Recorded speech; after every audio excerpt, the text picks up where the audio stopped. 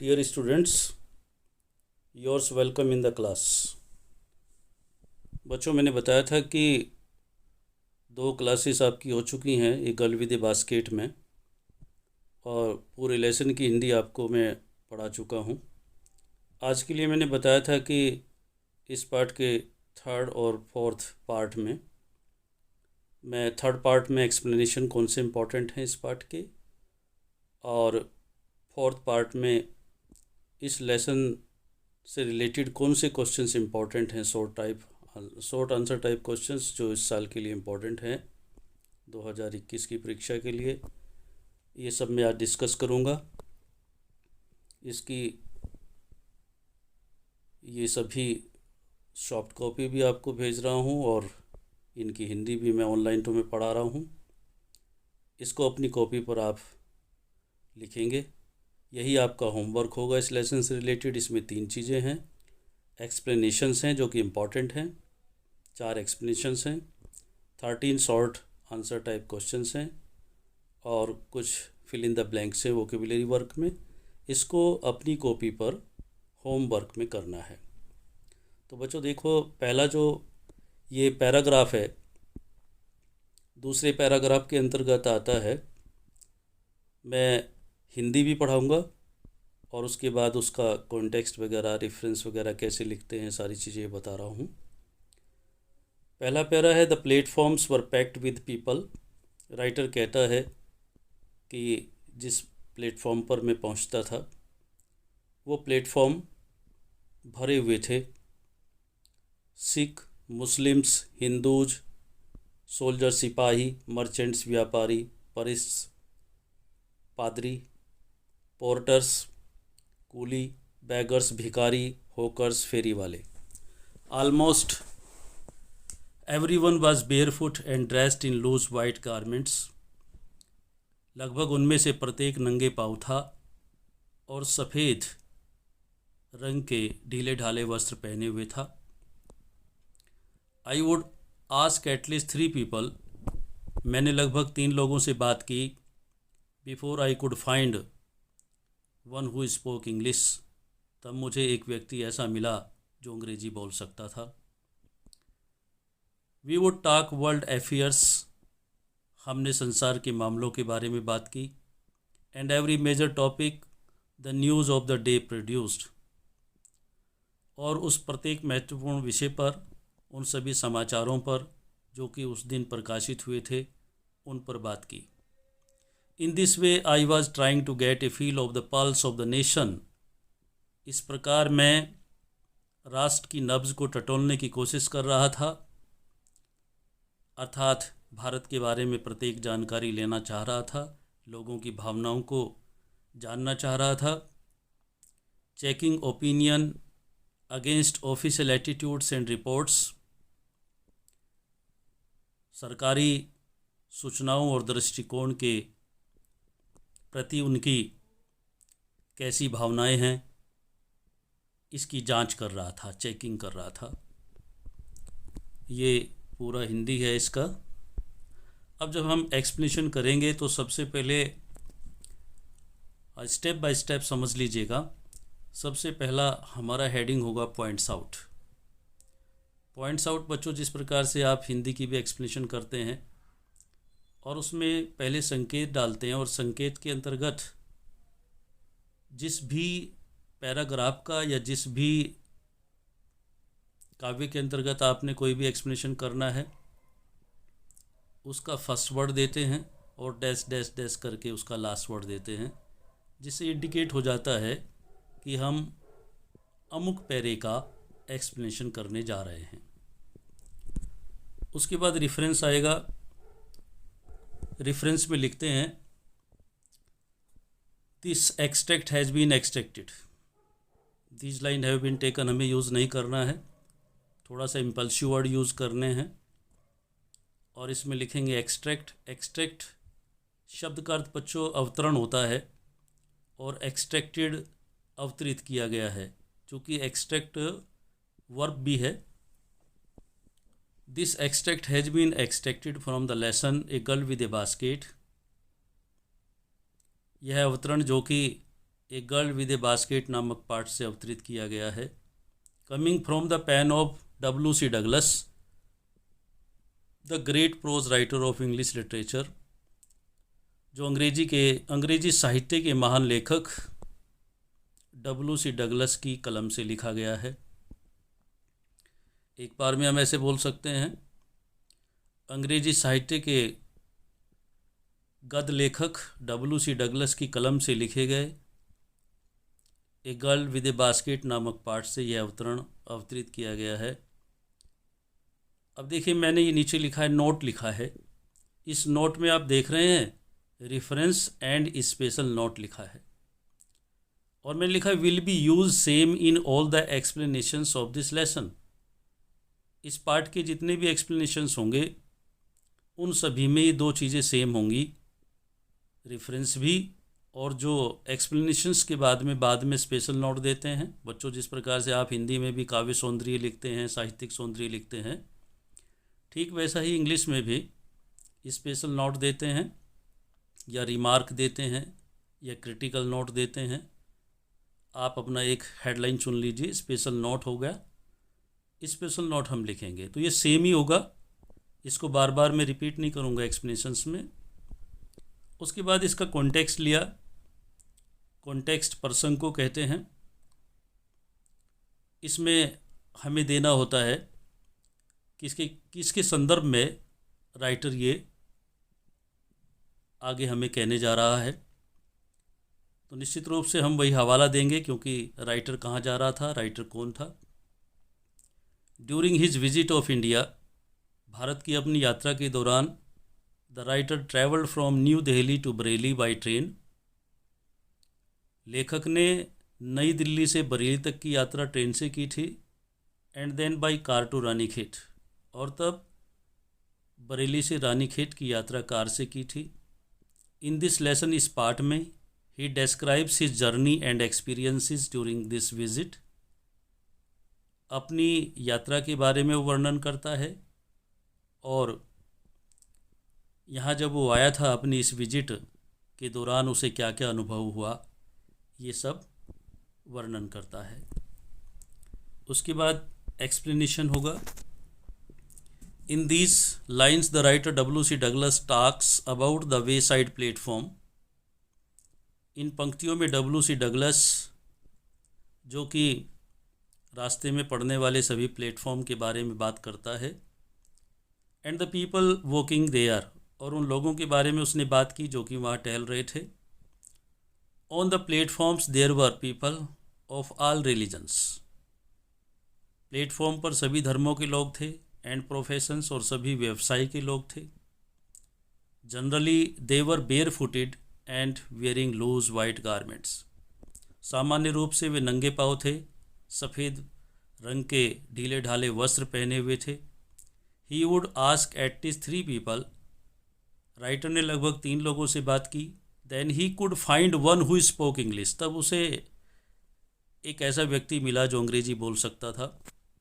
इस तरह say about 33% people could speak English.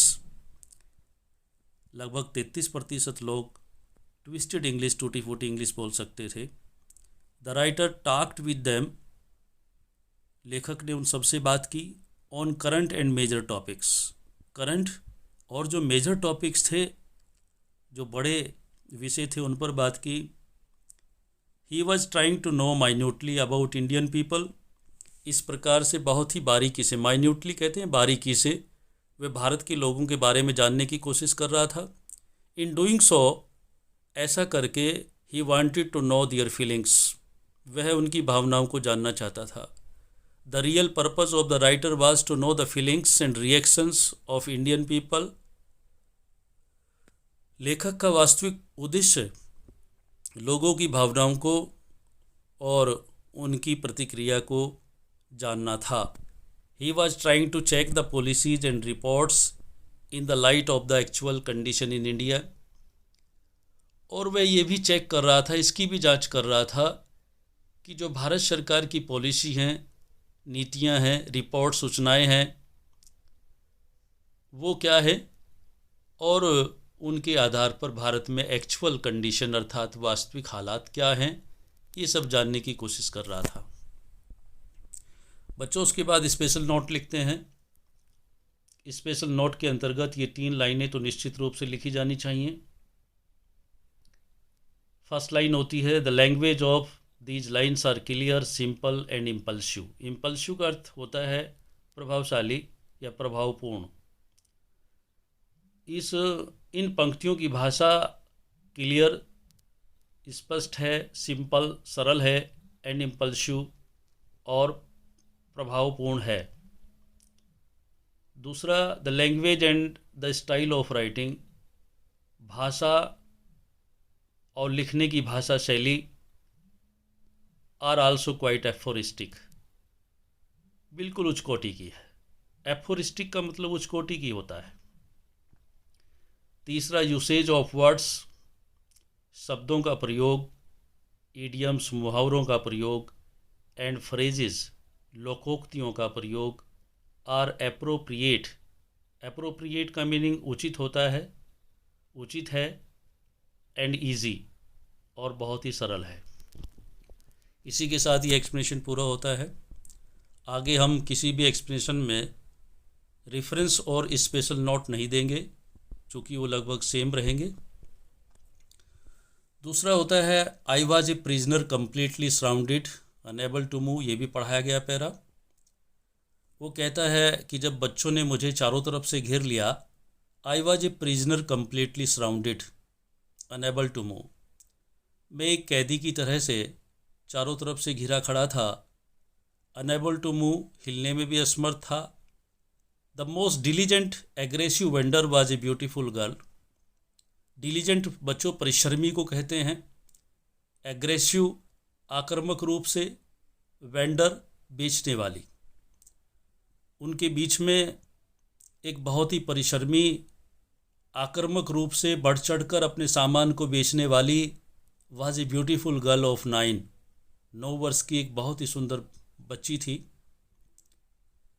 Right in front of me, वो ठीक मेरे सामने आकर खड़ी हो गई। She had a lovely basket with handle, उसके पास हाथ से पकड़ने वाली टोकरियाँ थी। And she wanted a rupee and a half for it, वो इसके बदले में 1 रुपया, आधा रुपया या कोई 30 सेंट्स ही दे दे ये चाहती थी। She was an earnest pleader, वो बहुत ही प्रार्थनीय भाव से प्रार्थना कर रही थी। There were tears in her eyes, उसकी आंखों में आंसू थे। सी प्लीडिड एंड बैग्ड इन टॉन्स, वह प्रार्थना कर रही थी, ऐसे ढंग से प्रार्थना कर रही थी, ऐसी आवाज़ में प्रार्थना कर रही थी, that would ring any heart, जो किसी के भी दिल को पिघला सकती थी। इसका रेफरेंस वही रहेगा, पॉइंट्स आउट हेडिंग डलेगा, उसके बाद रेफरेंस द सेम। कॉन्टेक्स्ट आएगा, at one station the writer was surrounded with many children. एक स्टेशन पर बहुत से बच्चों के द्वारा लेखक को घेर लिया गया।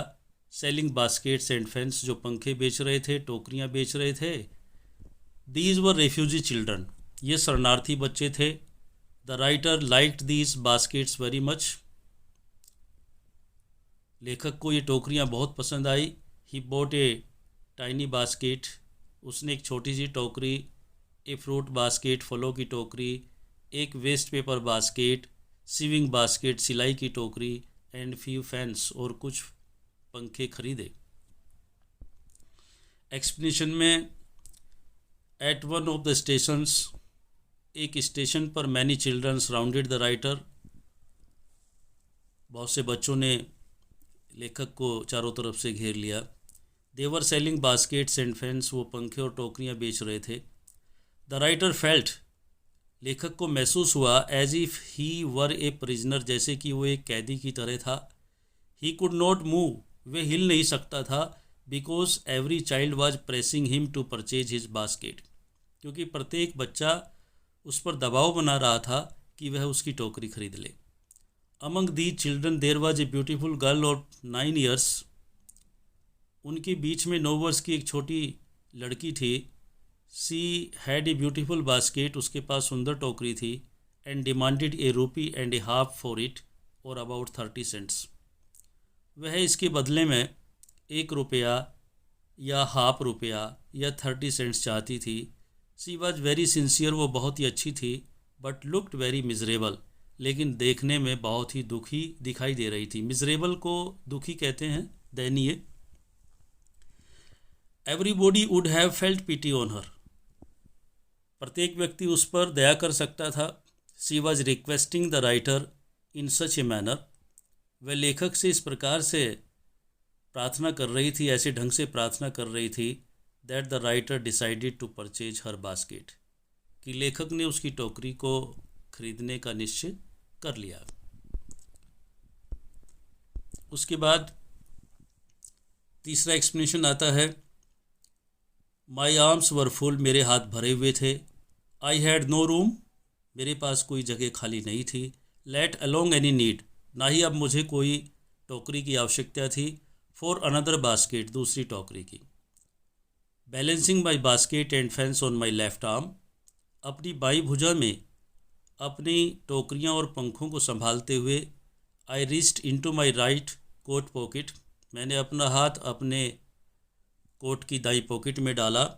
And got a handful of change, और मैंने कुछ मुट्ठी भर रेजगारी, कुछ कोयंस, कुछ सिक्के निकाले। परहैप्स 15 सेंट्स इन ऑल, लगभग जो मैंने निकाले वो 15 सेंट रहे होंगे। Which I deposited in the basket, जो कि मैंने उस टोकरी में रख दिए। That the young girl held imploringly before me, जो कि वह छोटी लड़की प्रार्थना के भाव से लिए हुए मेरे सामने खड़ी थी। आई ट्राइड टू एक्सप्लेन, मैंने उसे समझाने की कोशिश की, that I could not buy the basket, कि मैं टोकरी नहीं खरीद सकता था, but extended the gratuity as a substitute. Substitute कहते हैं हेल्प, मदद, ग्रेचुइटी कहते हैं डोनेशन। एक्सटेंडेड का मतलब होता है दे रहा था। मैंने उसे समझाने की कोशिश की कि मैं टोकरी नहीं खरीद सकता था, बल्कि मदद के रूप में मैं उसे ये डोनेट कर रहा था, एक ग्रेचुइटी दे रहा था, दान दे रहा था। I realised at once what offence I had given, लेकिन एकदम से मुझे ये महसूस हुआ कि मुझसे क्या अपराध हो गया था।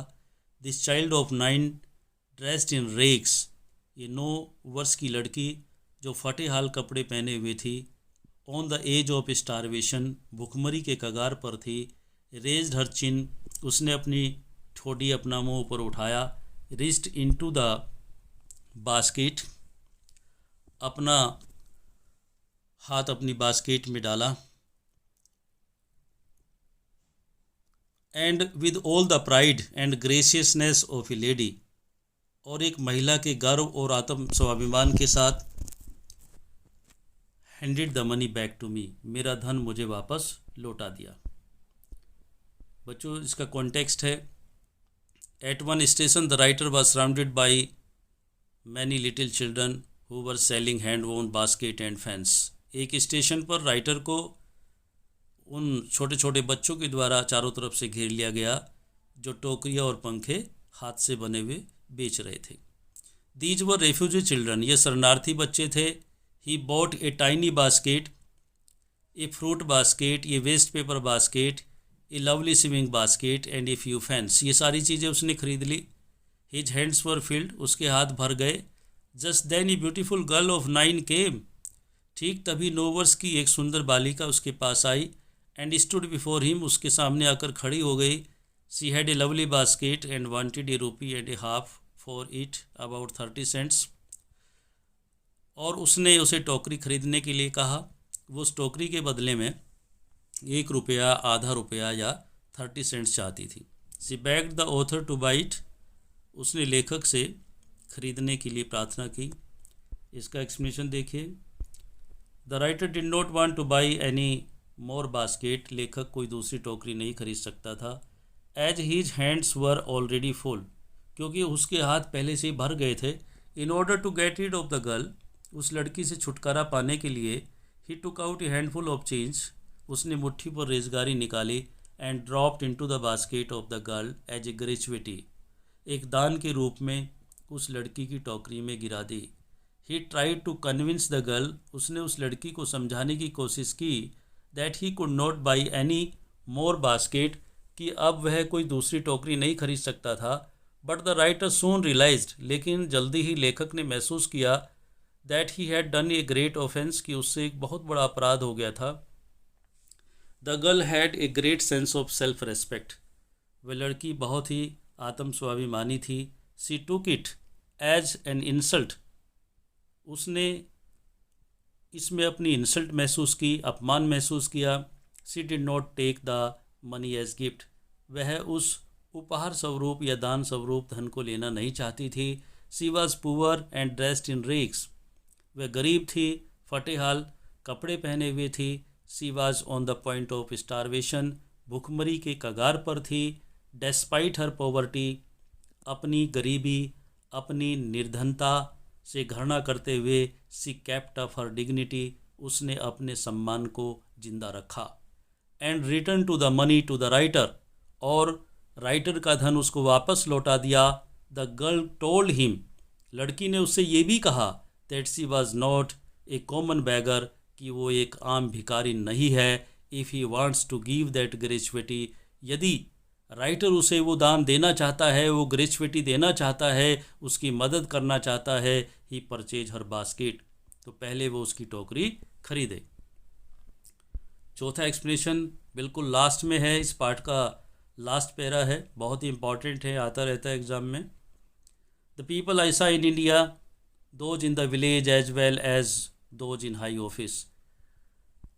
जिन लोगों से मैं भारत में मिला, चाहे वो गांव का रहने वाला हो या शहर का रहने वाला हो, have both pride and A lively sense of decency and citizenship. दोनों के मन में मैंने एक प्राइड देखा है, स्वाभिमान देखा है, सेंस ऑफ डिसेंसी आत्मसम्मान की भावना देखी है, एंड सिटीजनशिप और भारतीय होने का गर्व देखा है. They also have a passion for independence. उनके अंदर आज़ादी की भावना है. This beautiful child born in squalor and poverty. ये सुंदर बालिका जो गरीबी में पली बड़ी थी, uneducated in both grammar and manners. Grammar में भी और मैनर्स में भी वो अनएजुकेटेड थी, अशिक्षित थी. Had given me a glimpse of warm soul of India. लेकिन उसने भी भारत की एक वास्तविक आत्मा का उदाहरण मेरे सामने प्रस्तुत किया था. इसका कॉन्टेक्स्ट ये होगा. Some small children at a station were selling baskets and fans. Clear हो चुकी लाइन, पहले आ चुकी है. The writer bought some baskets from them. लेखक ने उनसे कुछ टोकरियां खरीद ली. Now he needed no more basket. अब उसे दूसरी टोकरियों की आवश्यकता नहीं थी. At the same time a 9 year old girl passed him. उसी समय 9 वर्ष की एक बालिका उसके पास आई. To buy her basket also. और उसने उससे आग्रह किया कि वह उसकी टोकरी खरीद ले. But the writer gave her 15 cents as a gratuity. लेकिन लेखक ने ग्रेचुइटी के रूप में उसे 15 सेंट दे दिए. That girl return it to the writer.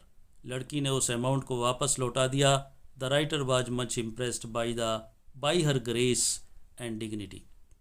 लेखक उस लड़की की इस डिग्निटी से, इस सम्मान से, इस व्यवहार से बहुत प्रभावित हुआ. एक्सप्लेनेशन में देखिए. इन these lines the writer sums up his weaves. Sums up का मतलब है समाप्त करना, वीव्स मैंने विचार अबाउट इंडियंस. इन पंक्तियों में लेखक भारतीय लोगों के विचारों को समाप्त करता है. The writer noted. लेखक ने ये नोट कर लिया that Indian had a high sense of self respect. कि भारतीय लोगों के अंदर high sense of self respect, आत्म स्वाभिमान की भावना है, डिग्निटी प्रतिष्ठा है, एंड सिटीजनशिप और उन्हें भारतीय होने का गर्व है. देवर सिंसियर, वे अच्छे हैं, ऑनेस्ट ईमानदार हैं, एंड हार्ड वर्किंग और परिश्रमी हैं. He found these qualities in the people of rural. बच्चों रूरल का मीनिंग ग्रामीण होता है. ये सारी क्वालिटीज़, सारे गुण राइटर ने ग्रामीण लोगों के बीच में भी पाए गए. As well as urban areas. Urban को कहते हैं नगरीय, जो नगर क्षेत्र होता है, और नगर क्षेत्र में भी पाए गए. The Indians were very anxious. Anxious का मतलब चिंतित. भारतीय लोग बहुत ही चिंतित थे. For their independence also. भारतीय लोग अपनी आज़ादी के लिए भी बहुत चिंतित थे.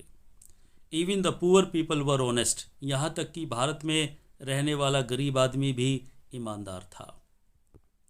दे earn money only by working hard, वे कठिन परिश्रम करके ही पैसा कमाते थे। The little girl did not like to have anything in charity, यहाँ तक कि एक छोटी सी लड़की चैरिटी के नाम पर, दान के नाम पर कुछ भी लेना पसंद नहीं करती थी। The little girl was the symbol of all these things, वो छोटी सी लड़की इन सभी बातों का प्रतीक थी। So the writer was much impressed by the behaviour of the little girl, इस प्रकार लेखक उस छोटी सी लड़की के इस व्यवहार से बहुत प्रभावित हुआ था।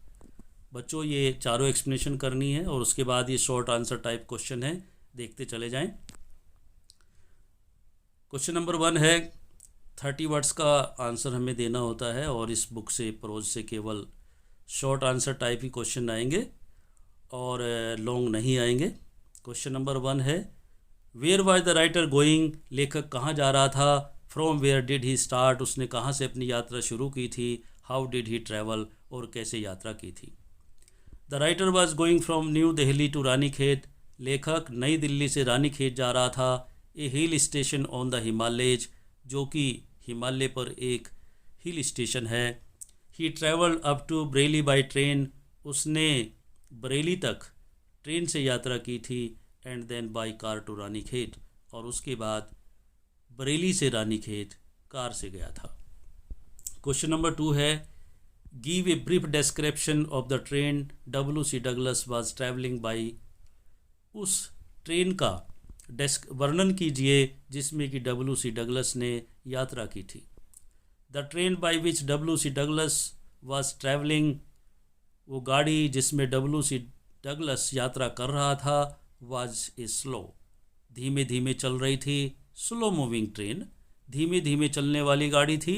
And stopped at all the way stations, और रास्ते में पड़ने वाले सभी स्टेशंस पर रुक रही थी। अर्थात कैसी ट्रेन थी, पैसेंजर ट्रेन थी। Question number 3 what did the writer do to get a feel of the pulse of the nation, राष्ट्र के लोगों की नब्ज को टटोलने के लिए लेखक ने क्या किया। आंसर है W.C. Douglas got down from his compartment at every stoppage, प्रत्येक स्टॉपेज पर, प्रत्येक स्टेशन पर कंपार्टमेंट से, अपने डिब्बे से नीचे उतरा। He talk to the people of every class, उसने प्रत्येक श्रेणी के व्यक्ति से बात की। To get a feel of the pulse of the nation, राष्ट्र के बारे में बारीकी से सब कुछ जानने के लिए। क्वेश्चन नंबर 4 है describing the things and senses and scenes the writer saw on his way from new Delhi to Ranikhet, New Delhi से और रानीखेत तक के रास्ते में लेखक ने क्या क्या देखा। आंसर है on his way from Delhi to Ranikhet, Delhi से रानीखेत तक के रास्ते में।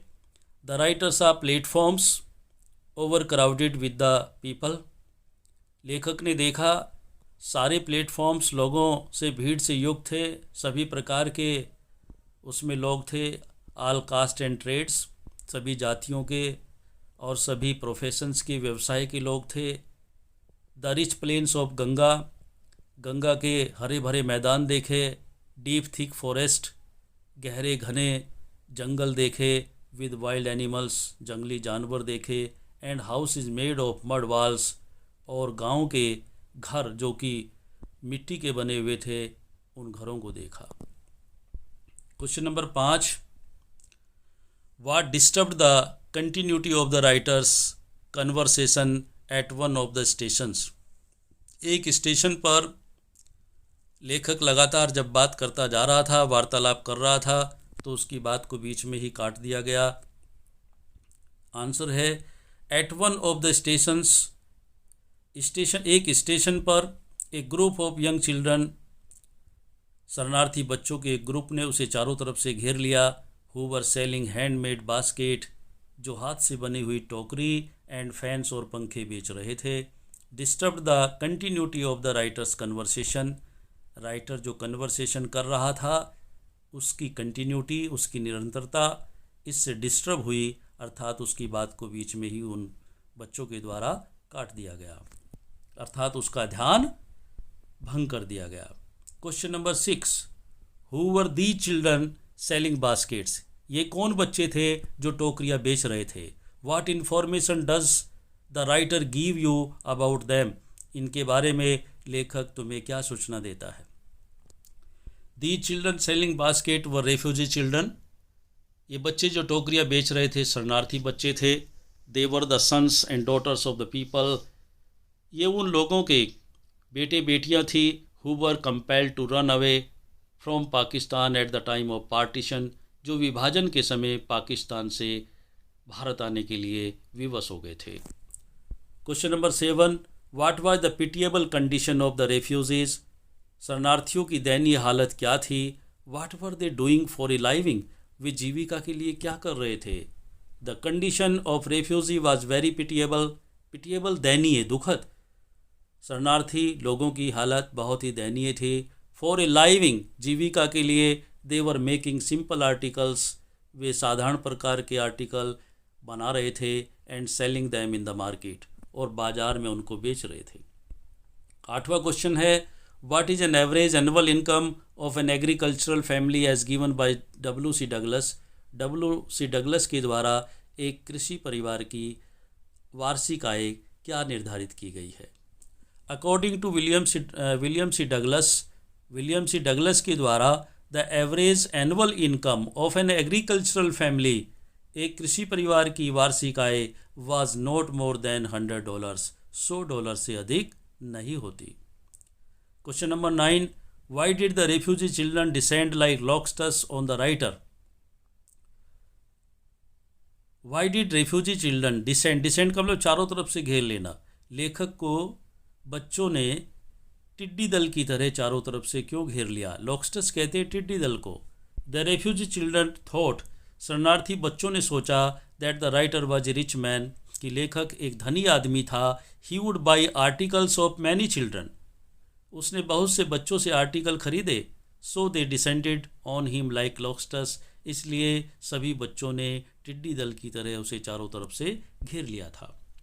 क्वेश्चन नंबर 10 है, who force the writer two by the little girl basket, छोटी लड़की की बास्केट खरीदने के लिए लेखक को किसने बाध्य किया।